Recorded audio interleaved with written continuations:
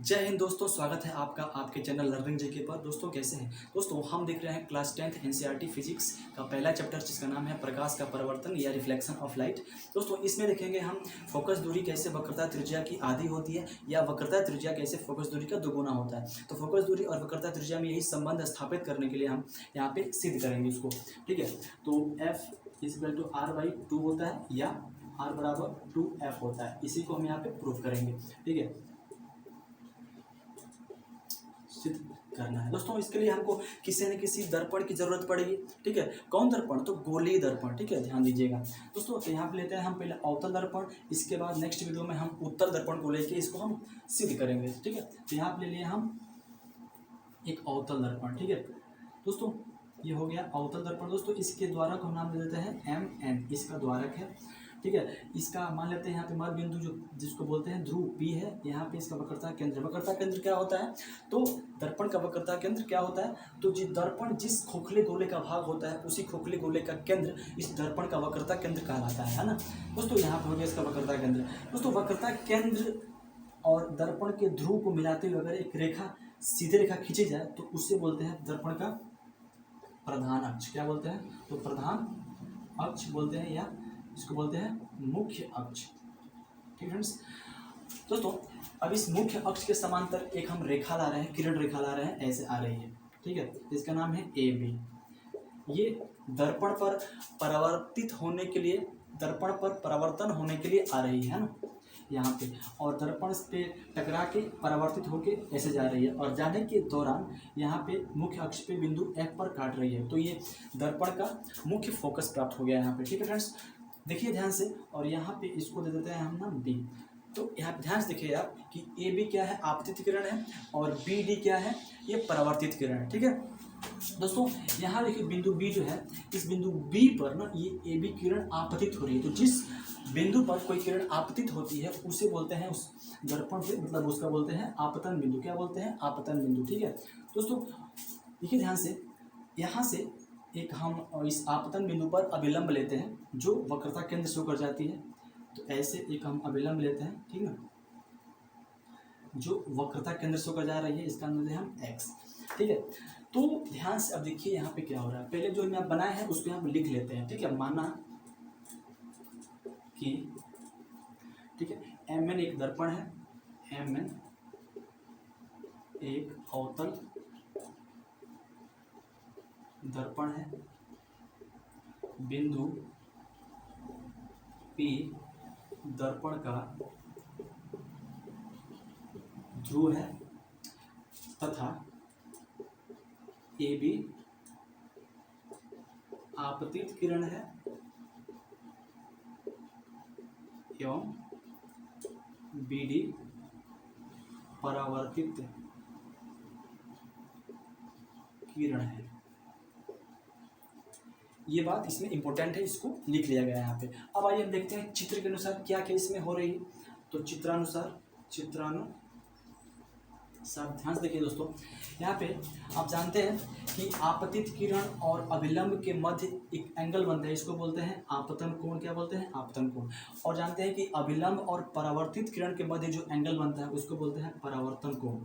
इसको आपतन कोण को I से दिखाते हैं और परावर्तन कोण को R से दिखाते हैं। ठीक है, तो दोस्तों यहाँ देखिए कोण ABC यानी ABC, ठीक है, ये वाला कोण, ठीक है दोस्तों, बराबर है किसके? CBF के। कोण CBF के बराबर है ना। कैसे? परावर्तन के नियम से है ना। तो जो बिंदु B है, या फिर कह सकते हैं कोण B है, ये क्या है? उभयनिष्ठ है, या परावर्तन के नियम से भी क्या है? दो तरीकों से ये बराबर है ना, कह सकते हैं इसको।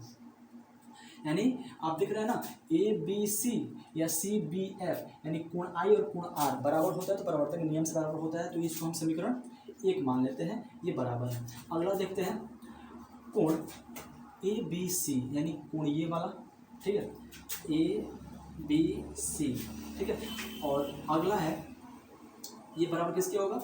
तो कोण BCF के यानी इस कोण के, BCF के बराबर है। कैसे? आप जानते हैं कि दो अगर समानांतर रेखाएं सीधी गमन कर रही हैं और उसको कोई ऐसे तिर्यक रेखा काट देती है तो ये वाला एंगल इस एंगल के बराबर होता है, उसको बोलते हैं अंतः एकांतर कोण से बराबर होते हैं। ठीक है दोस्तों, आप इतना समझ गए इसको। तो इसी प्रॉपर्टी को यहाँ पे अप्लाई करें तो देख सकते हैं कि ये वाली जो चल रही है दो समांतर रेखाएं हैं, और ये जो है ये एक तिर्यक रेखा है जो काटा है दोनों रेखाओं को ऐसे करके। ठीक है, तो यहाँ पे जो एंगल बन रहा है और जो यहाँ पे एंगल बन रहा है वो दोनों एंगल आपस में बराबर होगा। किस तरीके से? तो एकांतर अंतः एकांतर कोण से। ठीक है, तो ये बराबर होंगे तो कह सकते हैं एकांतर कोण से, एकांतर कोण से। इसको समीकरण 2 मान लेते हैं फ्रेंड्स। देखिए ध्यान से कि इस समीकरण में इसका जो LHS है यानी बायां पक्ष है, और इस समीकरण में जो इसका LHS है जो बायां पक्ष है, वो दोनों बराबर है ना। जब दोनों इसका इक्वल है बायां पक्ष, तो इसका राइट हैंड साइड भी इक्वल होगा। ठीक है, तो यहाँ पे CBF बराबर कह सकते हैं BCF। ठीक ना, इतना यहाँ पे हो गया है ना। दोस्तों ध्यान से देखिएगा कि CBF बराबर BCF यानी CBF बराबर कोण BCF यानी ये कोण और ये कोण बराबर है। क्या है? बराबर है। यानी कहने का मतलब हमको देखिए यहाँ पे CBF एक त्रिभुज प्राप्त हो रहा है, ऐसे करके CBF एक त्रिभुज मिल रहा है जिसमें कोई दो कोण आपस में बराबर है।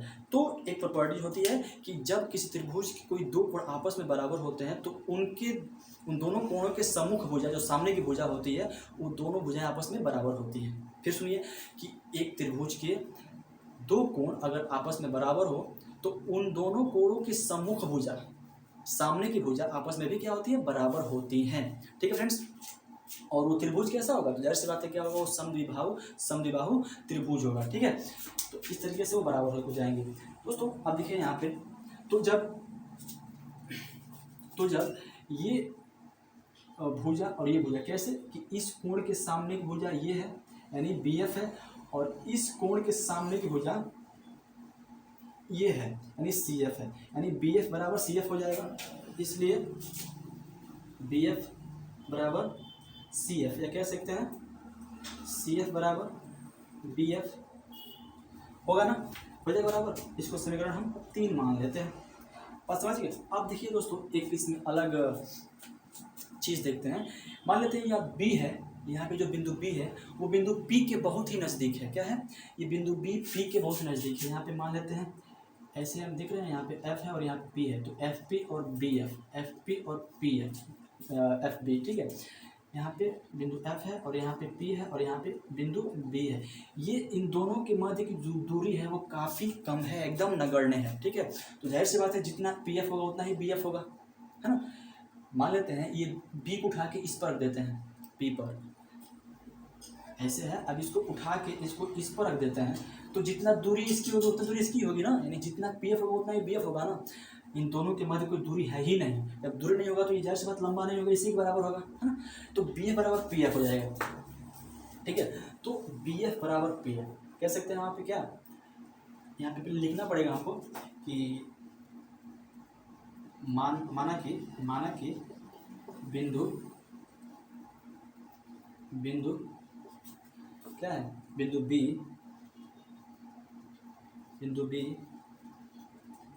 ध्रुव P के बहुत ही नज़दीक है, या बिंदु B एवं P के मध्य नगण्य दूरी है, ठीक है, तो ये बात लिख दी। तो हम इस बात को यहाँ पे न्यूमेरिकल में इसको हम समझा सकते हैं। कैसे? यहाँ पे इसको मिटा देते हैं।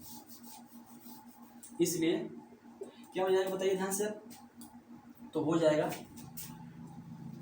PF बराबर BF, इतना हो जाएगा।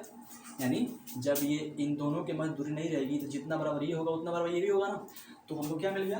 तो PF बराबर इतना मिल गया, यानी PF बराबर BF मिल गया, है ना। तो इसको अब हम क्या करते हैं? समीकरण 4 मान लेते हैं। ठीक है, अब देखिए ध्यान से दोस्तों, समीकरण 3 देखिए, यहाँ पे समीकरण 3 है और यहाँ समीकरण 4 है। तो समीकरण 3 का दायां बायां देखिए और समीकरण 4 का देखिए दायां बायां पक्ष। तो इसमें देखिए आप ध्यान से देखिएगा, तो इसका जो दायां पक्ष है समीकरण 3 और 4 का वो बराबर है, यानी जो RHS है वो समीकरण 3 4 का बराबर है, तो इसका LHS भी हम बराबर कर सकते हैं, है ना। तो देखिए यहाँ पे कैसे, इसलिए क्या हो जाएगा, तो यहाँ पे CF बराबर PF हो जाएगा। ठीक है फ्रेंड्स, कैसे, तो समीकरण 1 व 2 से। इतना बात क्लियर, समझ में आ गया। आगे चलते हैं। आप ये सब आई होप कि आप नोट डाउन कर लिए होंगे इसको, या फिर स्क्रीनशॉट ले लिए होंगे। दोस्तों देखिए यहाँ ध्यान से, अब हम आर की बात करें या फिर हम वक्रता त्रिज्या की बात करें या फोकस दूरी की बात करें, तो आप जानते हैं क्या है कि फोकस दूरी क्या होती है, तो ध्रुव और मुख्य फोकस की मध्य की दूरी होती है फोकस दूरी। ठीक है, तो ये होती है इस ध्रुव और मुख्य फोकस के बीच दूरी क्या होती है, तो फोकस दूरी होती है। ठीक है, ये वाली फोकस दूरी हो गई।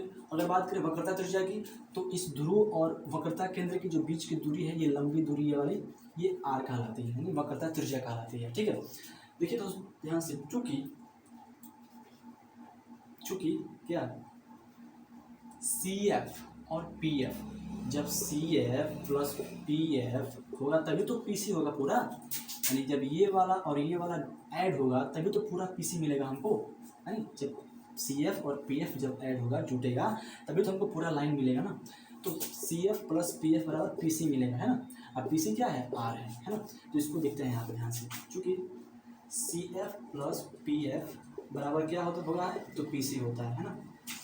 अब देखिए ध्यान से, अब ये CF बराबर PF होता है, कर लेंगे क्योंकि दोनों बराबर है CF PF।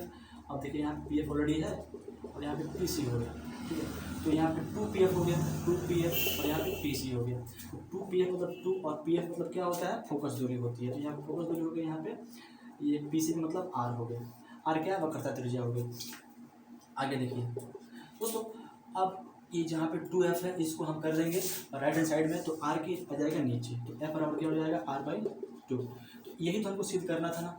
या फिर यहाँ पे आप पहले देख सकते हैं कि जो वक्रता त्रिज्या होती है वो फोकस दूरी की दोगुनी होती है, या अब यहाँ देखिए जो फोकस दूरी है वक्रता त्रिज्या की आधी है। तो इस प्रकार से हमने इसको सिद्ध कर दिया। ये जरूरी है क्योंकि यहाँ से न्यूमेरिकल क्वेश्चन बनाए जाते हैं। ठीक है, तो दोस्तों वीडियो कैसा लगा, अगर आपको अच्छा लगा हो तो प्लीज़ वीडियो को लाइक कर दीजिएगा और इसको दोस्तों में शेयर जरूर कर दीजिएगा दोस्तों, क्योंकि उसको भी इसका लाभ मिल जाएगा। दोस्तों अगर आप चैनल बनाए हैं तो सब्सक्राइब जरूर कर दीजिएगा दोस्तों।